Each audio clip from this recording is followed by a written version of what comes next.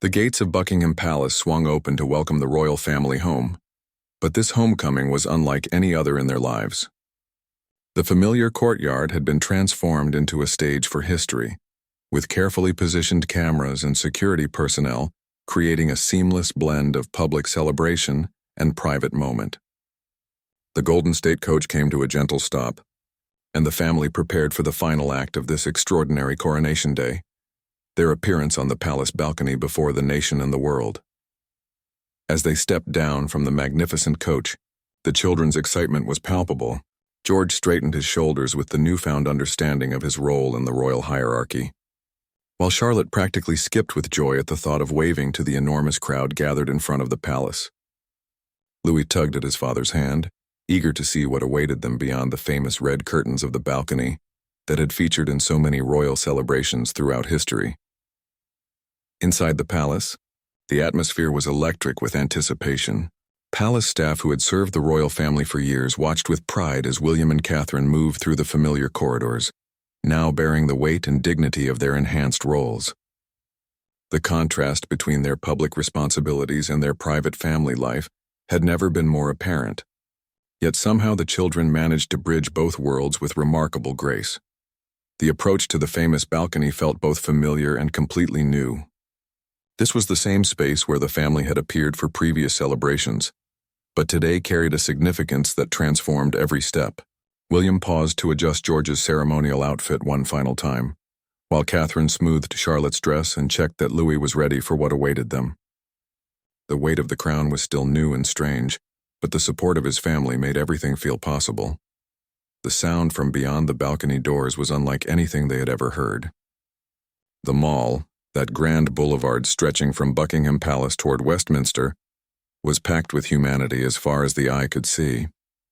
An estimated 500,000 people had gathered in central London for this moment, their voices creating a roar of celebration that seemed to shake the very foundations of the ancient palace. As the doors opened and the royal family stepped onto the balcony, the crowd's response was overwhelming. The sound rose like a physical force, carrying with it the hopes, dreams, and loyalty of millions of people who saw in this family the continuation of traditions that connected them to centuries of British history. Union Jacks waved everywhere, creating a sea of patriotic color that stretched to the horizon. William and Catherine stepped forward together, their partnership evident in every gesture, as they acknowledged the crowd's enthusiasm. The crown caught the afternoon sunlight magnificently, sending sparkles across the gathered throng that seemed to dance in celebration.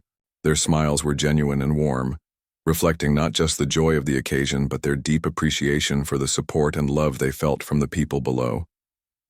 The children's reactions were pure magic. George waved with careful dignity, understanding that he was not just a young boy but a future king acknowledging his future subjects. His composure was remarkable for someone his age, yet his genuine smile showed that he was still very much a child enjoying an extraordinary experience. Charlotte's enthusiasm was infectious. She waved energetically at the crowd, blew kisses, and pointed excitedly at the various groups she could spot in the sea of faces below. Louis provided the most spontaneous moments of pure joy. His 5-year-old wonder at the enormous crowd was evident in his wide-eyed amazement and animated gestures.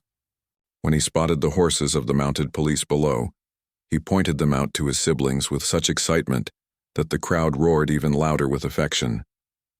His natural charm and unguarded reactions reminded everyone watching that this was, at its heart, a family celebration. The military formations in the courtyard below presented arms in a salute that had marked royal occasions for centuries. The precision of their movements and the snap of their rifles created a rhythmic accompaniment to the crowd's cheers. Military bands positioned throughout the area began to play the national anthem, and the entire gathering, 500,000 voices strong, joined in, singing "God Save the King" with a passion and unity that brought tears to many. Aircraft from the Royal Air Force chose that moment to fly over the palace in perfect formation, their trails creating patterns in the blue sky above London. The timing was exquisite, adding another layer of pageantry to a moment that already felt touched by magic. The children looked up in wonder at the display, while their parents continued to wave and smile at the crowds below. Television cameras captured every moment from multiple angles, ensuring that this historic balcony appearance would be preserved for future generations and shared simultaneously with viewers around the globe. The images would become iconic. The newly crowned family against the backdrop of Buckingham Palace, surrounded by the love and support of their people, marking the beginning of a new chapter in royal history. As the formal appearance drew to a close, the family took one final moment to acknowledge the incredible support they had received throughout this extraordinary day. Their waves were not just ceremonial gestures but genuine expressions of gratitude to the people who had made this coronation such a memorable celebration. The bond between the monarchy and the people it served had never been more evident or more heartwarming. The children were reluctant to leave the balcony, fascinated by the enormous crowd and the continuing celebration below. As they finally stepped back through the doors into the private quarters of Buckingham Palace, they carried with them memories of a day that had transformed them from beloved royal family members into the central figures of a living constitutional monarchy, surrounded by the love and support of millions of people who believed in the institution they represented and the future they promised to create together. The massive doors of Westminster Abbey swung open once again, and the newly crowned royal family emerged into a world transformed by celebration. The crowd's roar was deafening, a sound that seemed to rise from the very soul of the nation and roll across London like thunder. The spring sunshine seemed brighter somehow, as if nature itself was acknowledging the historic moment that had just taken place within the ancient walls behind them. William's bearing had subtly changed during the ceremony. He carried himself, now with the unmistakable authority of someone who had been formally invested with the responsibility for an entire nation and commonwealth. Yet his first instinct was still to ensure his family was comfortable and ready for the journey ahead. The crown upon his head caught the light magnificently, its precious stones creating sparkles that the crowd could see even from a distance. The golden state coach awaited them, its elaborate decorations gleaming in the sunlight like something from a fairy tale made real.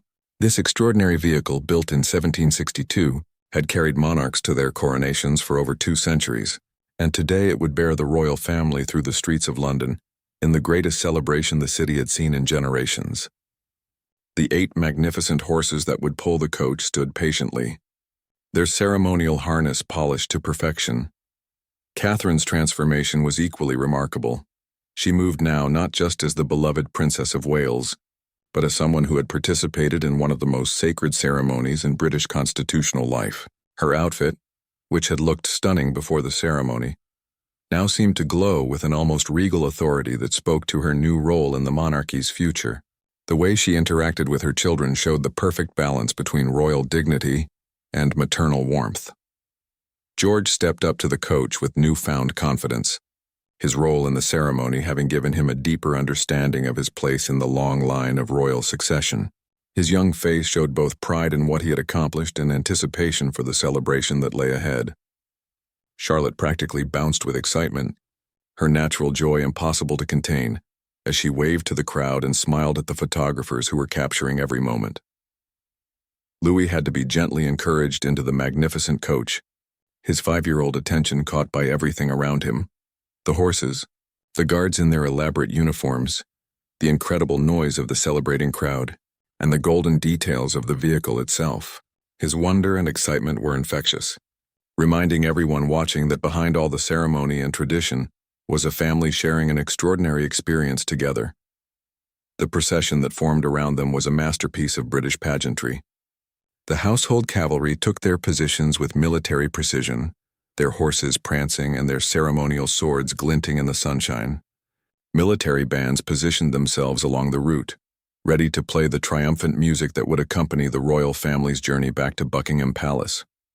The Metropolitan Police had coordinated with military units to create a security operation that remained largely invisible while ensuring the safety of both the royal family and the thousands of celebrating citizens. As the golden state coach began to move, the crowd's enthusiasm reached new heights.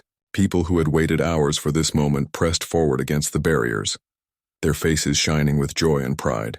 British flags waved everywhere, creating a sea of red, white, and blue that stretched as far as the eye could see. Street vendors had sold out of commemorative items hours earlier, but the real celebration was in the faces of the people themselves. The route back to Buckingham Palace had been carefully planned, to allow the maximum number of people to see the royal family, while showcasing the most beautiful parts of London. The procession moved slowly, allowing time for photographs and for the royal family to acknowledge the crowds that had gathered at every vantage point. International television crews positioned along the route captured every moment, broadcasting the celebration live to audiences around the world. The children pressed their faces to the windows of the coach, marveling at the size of the crowds and the elaborate decorations that had transformed familiar London streets into something magical. George pointed out landmarks he recognized, while Charlotte waved enthusiastically at the children she spotted in the crowd. Louis was fascinated by the horses and kept trying to get their attention, much to the amusement of their riders. The sound of church bells rang out across London, their ancient voices joining in the celebration. From Westminster Abbey to St. Paul's Cathedral, from local parish churches to the great cathedrals, bells that had marked royal occasions for centuries added their music to the day's festivities. The sound created a canopy of celebration that seemed to embrace the entire city. Street musicians and performers had positioned themselves along the processional route, adding their own contributions to the festive atmosphere. Traditional British folk tunes mixed with contemporary music, while bagpipers and military drummers provided a rhythmic accompaniment to the coach's progress. The diversity of musical traditions reflected the multicultural nature of modern Britain while honoring the historical roots of the monarchy. The coach's slow progress allowed people from all walks of life to feel connected to this historic moment. Elderly veterans who had served previous monarchs stood alongside young families experiencing their first royal occasion. Teachers had brought school groups to witness history in the making, while tourists from around the world found themselves part of a celebration they would remember for the rest of their lives. As Buckingham Palace came into view, its familiar facade decorated with elaborate bunting and surrounded by even larger crowds, the magnitude of the day's events began to sink in. The royal family could see the famous balcony where they would soon appear before the nation, and the gates where thousands of well-wishers had gathered to offer their congratulations and support. The Golden State coach approached the palace gates as the sun reached its highest point in the sky, casting the entire scene in brilliant light that seemed to bless this moment of national celebration and royal triumph. The great doors of Westminster Abbey closed with a resonant thud that seemed to seal the royal family and their distinguished guests into a sacred space removed from the everyday world. The sudden quiet was profound after the excitement of the journey and arrival, broken only by the gentle rustle of ceremonial robes and the whispered conversations of heads of state and dignitaries who had traveled from every corner of the globe to witness this historic moment. The Abbey's interior had been transformed into something that seemed to exist between the earthly and the divine. Centuries-old stone columns soared upward toward vaulted ceilings that had sheltered the most important moments in British history. The morning light, filtered through stained glass windows that told the story of faith and monarchy, cast rainbow patterns across the ancient floor where kings and queens had been crowned for nearly 1,000 years. William and Catherine moved with measured steps down the nave, their progress accompanied by the magnificent sound of the Abbey choir. The children followed the careful choreography they had practiced, each one playing their part in a ceremony that blended the most ancient traditions with the living reality of a modern constitutional monarchy. George's role as page required him to carry one of the ceremonial elements with the dignity of someone far beyond his years, and his concentration was evident to everyone watching. The congregation represented the full spectrum of British and Commonwealth society. In the front row sat members of the extended royal family, their presence connecting this coronation to the long line of ceremonies that had preceded it. Behind them, the great offices of state were represented, judges in their traditional wigs and robes, military officers in dress uniforms that displayed decades of service, and elected officials who embodied the democratic institutions that worked alongside the monarchy. Charlotte sat with remarkable composure, her young eyes taking in every detail of the ceremony unfolding before her, the music, the incense, the elaborate vestments, and the careful ritual movements created an atmosphere unlike anything she had ever experienced. Her natural intelligence was evident in how she followed the ancient words and responded to the ceremonial moments, understanding instinctively that she was witnessing something that connected her family to centuries of history. The Archbishop of Canterbury's voice filled the abbey as he began the coronation service, each word carrying the weight of tradition while addressing the realities of the 21st century monarchy. The ancient phrases had been carefully updated to reflect the modern Commonwealth and the evolving role of the crown in contemporary society, while preserving the essential spiritual and constitutional elements that gave the ceremony its power. Louis, despite his young age, seemed to grasp the solemnity of the moment. His usual energy was channeled into careful attention, and his presence brought a sense of the future to a ceremony steeped in the past. The way he watched his parents participate in the ritual demonstrated the natural dignity that seemed to be part of his birthright. Promising well for his own future role in the royal family, the coronation regalia, some pieces dating back centuries, caught the light from the great chandeliers and created an almost magical atmosphere. Each crown, scepter, and ceremonial sword carried its own history and symbolism, representing different aspects of royal authority and responsibility. The St. Edward's crown, crafted for the coronation of King Charles II in 1661, waited on the high altar, its precious stones and gold representing the continuity of the British monarchy through centuries of change. Catherine's participation in the ceremony brought a modern dimension to ancient traditions. Her role had been carefully considered to honor historical precedent, while reflecting the realities of contemporary royal partnership. The way she carried herself, supported William, and engaged with the ritual demonstrated the evolution of royal women's roles from purely ceremonial to actively participatory in the monarchy's mission. Television cameras captured every moment, for the estimated billion viewers watching around the world, but their presence never intruded on the sacred nature of the ceremony. The broadcasting had been planned to share this historic moment with the global audience while preserving the dignity and spiritual significance that made coronations unique among state occasions. The music throughout the ceremony represented the finest of British choral tradition, with compositions spanning centuries of musical history. New pieces had been specially commissioned for this coronation, ensuring that contemporary artistic creativity played a role alongside the traditional hymns and anthems that had marked royal occasions for generations. The Abbey choir's voices soared through the ancient space, carrying prayers and celebrations that seemed to lift the spirits of everyone present. Representatives from every faith community in Britain had been invited to participate, reflecting the religious diversity of the modern nation, over which the newly crowned monarch would reign. Their presence demonstrated the monarchy's role as a unifying institution that served people of all backgrounds and beliefs, while maintaining the essential Christian foundation that had shaped British constitutional history. The moment of crowning itself was marked by a profound silence that seemed to encompass not just the Abbey, but the entire nation and Commonwealth. As the ancient crown was placed upon the royal head, the weight of history, tradition, and responsibility became tangible. The children watched with wide eyes as their parent was transformed before them, from beloved family member to anointed monarch, understanding perhaps for the first time the true magnitude of their own destinies. The ceremony concluded with prayers and blessings that connected this particular moment to the eternal themes of service, duty, and devotion to others that had defined the best of British monarchy throughout its long history. As the final notes of the great hymns echoed through Westminster Abbey, the royal family prepared to emerge once again into the daylight and the celebrating crowds, forever changed by their participation in this ancient and sacred ritual. The ancient stones of Westminster Abbey seemed to hum with anticipation as the royal carriage approached the west door.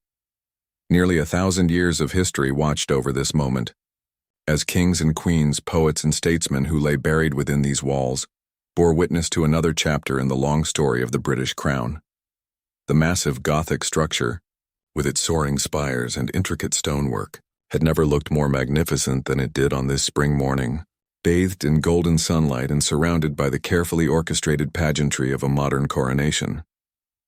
William stepped down from the carriage first, his movements precise and dignified, every gesture reflecting years of training for moments exactly like this.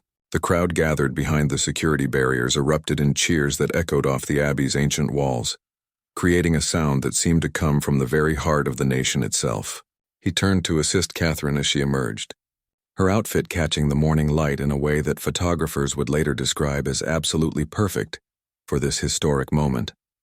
The children followed, each one handling the magnitude of the occasion With remarkable composure for their young ages, George moved with the careful dignity that had been instilled in him. Understanding that millions of eyes around the world were watching his every step, Charlotte's natural grace shone through as she acknowledged the crowd with a small wave, her confidence evident in the way she held herself. Louis, despite his youth, seemed to grasp the solemnity of the moment, staying close to his siblings as they prepared to enter the Abbey. The Dean of Westminster stood waiting at the great west door, his ceremonial robes a reminder of the religious significance of what was about to unfold. Behind him, the Abbey's interior had been transformed into a breathtaking display of flowers, banners, and ceremonial decorations that honored both ancient traditions and the Commonwealth nations that would witness this coronation. The scent of thousands of flowers filled the air, their colors carefully chosen to represent the unity and diversity of the modern monarchy. As the family paused at the threshold, the weight of history seemed almost tangible. This was the same entrance through which countless monarchs had passed on their way to coronation. The same stones that had witnessed the crowning of Elizabeth I, the funeral of Elizabeth II, and every major moment in British royal history. The carved figures that adorned the doorway seemed to look down with approval at this continuation of an unbroken chain of tradition stretching back centuries. Inside the Abbey, the congregation of nearly 2,000 guests had been seated according to protocols developed over generations. World leaders sat alongside members of the extended royal family, Commonwealth prime ministers next to representatives of the great institutions of British life. The Archbishop of Canterbury, in his magnificent ceremonial vestments, stood ready at the high altar, the ancient crown glinting in the light that streamed through the Abbey's stained glass windows.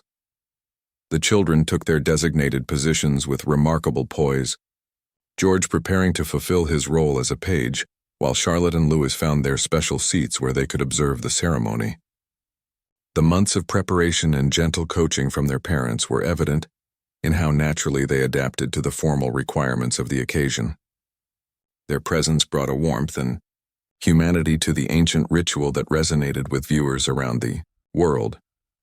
Catherine's arrival had been carefully choreographed to create maximum visual impact while respecting the traditions of the ceremony.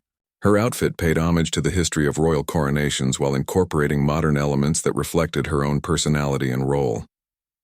The intricate details of her ensemble had been crafted by the finest artisans in Britain, each element chosen to tell a story about the monarchy's evolution and its connection to the people it served. The Abbey's acoustics carried every sound with crystal clarity, the rustle of ceremonial robes, the quiet conversations of distinguished guests, and the distant sound of crowds celebrating outside. Television cameras positioned throughout the ancient building captured every angle, ensuring that this moment would be preserved for posterity and shared simultaneously. With audiences on every continent, William's presence at his wife's side represented a partnership that had already redefined royal marriage for the modern era. Their obvious love and mutual support provided a foundation of stability that promised well for the future of the monarchy. The way they moved together, communicated with subtle glances, and shared the responsibilities of their royal duties demonstrated the strength of their relationship and their shared commitment to service. The flower arrangements throughout the Abbey incorporated blooms from across the Commonwealth, each arrangement telling its own story about the global reach of the institution they represented. Roses from England mixed with native flowers from Australia, Canada, New Zealand, and dozens of other nations, creating a visual representation of the unity and diversity that characterized the modern Commonwealth. Security personnel, dressed in their finest ceremonial uniforms, took their positions with military precision. Their presence was reassuring rather than intrusive, a reminder that this celebration of tradition took place in a modern world where protection of the royal family required constant vigilance. The Metropolitan Police had coordinated with security services from around the world to ensure that this joyous occasion could proceed without incident as the great doors of Westminster Abbey prepared to close behind them, sealing the royal family inside for the most sacred portion of the coronation ceremony. The sounds of celebration from the streets of London continued to filter through the ancient stones. The connection between the monarchy and the people it served had never been more evident than in this moment, when centuries of tradition met the hopes and dreams of a new generation. The ornate gates of Kensington Palace swung open as the first of the royal carriages emerged into the crisp London morning. The crowd that had gathered outside erupted in cheers and applause, their voices creating a wave of sound that seemed to lift the very spirits of everyone present. William and Catherine exchanged a meaningful glance as their carriage rolled forward, the familiar clip-clop of the horses' hooves on the cobblestones marking the beginning of their journey to Westminster Abbey. George sat straight and tall beside his parents, his young hands clasped carefully in his lap as he had been taught. Through the carriage window, he could see the faces of the people lining the streets, some crying with emotion, others waving frantically, and many holding up phones to capture this moment in history. Charlotte pressed her nose to the opposite window, her natural curiosity overcoming any nervousness as she waved enthusiastically at the children she spotted in the crowd. Louis, true to his spirited nature, bounced slightly in his seat until his mother's gentle touch reminded him of the dignity expected on such an occasion. The processional route had been transformed overnight into a corridor of celebration. Buildings were draped with bunting in the traditional red, white, and blue, while massive screens had been erected at key points to ensure that everyone could witness the ceremony. The Metropolitan Police had created a seamless security operation that remained largely invisible to the celebrating crowds, though trained eyes could spot the careful positioning of protection officers along the entire route. As their carriage moved through the streets of London, the family could see the incredible diversity of people who had come to witness this historic moment. Commonwealth flags flew proudly alongside the Union Jack, representing the dozens of nations that looked to the British Crown as their head of state. Elderly veterans in their military medals stood beside young families with children perched on shoulders, all united in their desire to be part of this coronation day. The horses pulling their carriage were magnificent creatures, specially trained for ceremonial duties and accustomed to the sounds and sights of large crowds. Their riders, members of the household cavalry, sat proudly in their traditional uniforms, their presence adding to the grandeur of the procession while providing an additional layer of security. The rhythmic sound of their movement created almost a musical accompaniment to the journey. Catherine found herself thinking about the thousands of people watching around the world, gathered around television screens in countries spanning every continent. The ceremony would be broadcast live to an estimated audience of hundreds of millions, making it one of the most watched events in television history. Letters had poured in from schools, community groups, and individuals from across the Commonwealth, all expressing their excitement about this day and their support for the royal family. The children had been prepared for the attention, but experiencing it firsthand was still overwhelming. George noticed how people called out their names, how cameras flashed constantly, and how the crowd seemed to surge forward wherever their carriage appeared. Charlotte delighted in spotting the homemade signs and banners, many of which featured drawings clearly made by children her own age. Louis was fascinated by the horses and kept trying to wave at the mounted police officers who rode alongside their procession. As they traveled through central London, the family passed landmarks that held deep personal significance. They drove past the hospital where all three children had been born, past the parks where they had played as a family, and through the neighborhoods where they had tried to live as normal a life as possible, despite their royal status. Today, that normal life felt very far away, replaced by the weight and majesty of their constitutional roles. The crowd's enthusiasm was infectious and deeply moving. William could see military veterans who had served his grandmother during her long reign, their faces reflecting both pride and emotion as they witnessed the continuation of the institution they had sworn to serve. Catherine spotted groups of nurses and teachers, representing the professions she had championed throughout her royal duties, all taking time from their vital work to be part of this celebration. Street performers and musicians had positioned themselves along the route, adding their own contributions to the festive atmosphere. Traditional British folk songs mixed with Commonwealth national anthems, creating a soundtrack that reflected the international nature of the modern monarchy. The sound of church bells rang out across the city, their ancient peals calling people to witness this sacred moment in British history. The weather had cooperated beautifully, with clear skies and gentle spring sunshine that seemed to bless the proceedings. The light caught the gold details on their carriage and created an almost ethereal glow around the processional route. Photographers captured every moment, knowing that these images would become part of the historical record. studied and admired by future generations seeking to understand this pivotal moment in royal history. As Westminster Abbey came into view in the distance, its ancient spires reaching toward the heavens, the magnitude of what awaited them became real. The family could see the crowds thickening around the Abbey, the international media positions, and the final security cordons that would separate them from the celebrating public. Their private family journey was about to transform into a ceremony watched by the world. The morning sun filtered through the tall windows of Kensington Palace as Prince William stood before the ornate mirror in his dressing room. His reflection showed a man who carried the weight of centuries of tradition on his shoulders, yet his eyes held the gentle warmth that had endeared him to millions around the world. Today was different from any other day in their lives. It was Coronation Day, and the entire family would play a central role in this historic ceremony. Catherine, the Princess of Wales, moved gracefully through their private quarters, her morning routine interrupted by the excited chatter of their 3 children. Prince George, now 10 years old, had been practicing his ceremonial walk for weeks, his young face serious with the understanding of the important role he would play as a page boy. Princess Charlotte, 8, twirled in her specially designed dress, her natural confidence shining through as she admired the intricate embroidery that told the story of the Commonwealth nations. Little Prince Louis V bounced on his bed, his energy barely contained as he tried to comprehend why today felt so different from their usual family outings. The palace staff moved with practiced efficiency around them, but there was an electric energy in the air that even the most experienced courtiers had rarely felt. Valets carefully pressed the ceremonial robes, while ladies-in-waiting ensured every detail of Catherine's outfit was perfect. The morning light caught the subtle sparkle of her jewelry, pieces carefully chosen to honor both tradition and the modern monarchy they represented. William found himself drawn to the window, where he could see the crowds already gathering along the processional route. Thousands of people had camped overnight, their British flags and homemade signs creating a colorful tapestry of support and celebration. Street vendors were setting up their stalls, and the mounted police conducted their final security sweeps. The sight filled him with both pride and humility.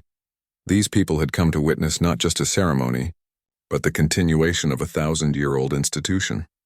Catherine joined him at the window, her hand finding his as they watched their future subjects preparing for the day.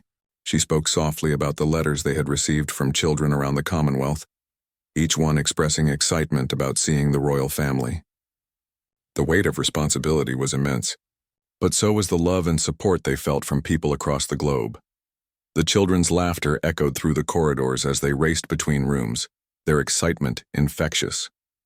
George paused in the hallway, suddenly struck by the magnitude of what lay ahead.